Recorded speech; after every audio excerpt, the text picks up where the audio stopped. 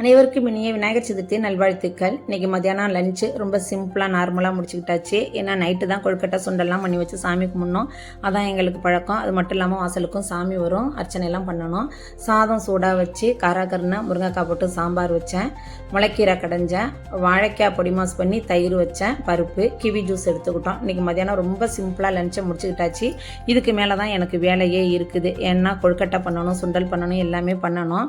இந்த விநாயகர் சதுர்த்தியை எங்களால் மறக்கவே முடியாதுங்க. ஏன்னா ஒரு வருஷம் ஆகுது என் பொண்ணுக்கு மேரேஜ் ஆகி. விநாயகர் சதுர்த்திக்கு மறுநாள் தான் மேரேஜ் ஆணிச்சு. இன்னைக்கு தான் பொண்ணு எடுத்து போணுச்சு. ஆனால் டேட் மட்டும் தான் மாறி வந்திருக்கு. போன வருஷம் செப்டம்பர் 7ஆம் தேதி விநாயகர் சதுர்த்தி வந்துச்சு. இந்த வருஷம் கொஞ்சம் முன்னாடி ஒரு 10 நாள் முன்னாடி வந்திருக்குது. அப்படின்னு பார்த்தா விநாயகர் சதுர்த்தி அன்னைக்கு தான் பொண்ணு எடுத்து போனதுனால எங்களால் இந்த நாளை மறக்கவே முடியாத நாளாயிடுச்சு. இந்த ஒவ்வொரு விநாயகர் சதுர்த்தியும் எங்களுக்கு. அதோட புஜுமா பாருங்களேன், இந்த வருஷம் புதுசாக அவங்க வீட்டில் கொழுக்கட்டையெல்லாம் பண்ணி சென்னையில் சாமி கும்பிட்டுருக்கான். அவங்களுக்கு லீவு இல்லாதனால அவங்க அத்தை வீட்டுக்கு போக முடியல, மாமியார் வீட்டுக்கு போக முடியல. அவங்க வீட்டிலேயே கும்பிட்டுருக்கான்.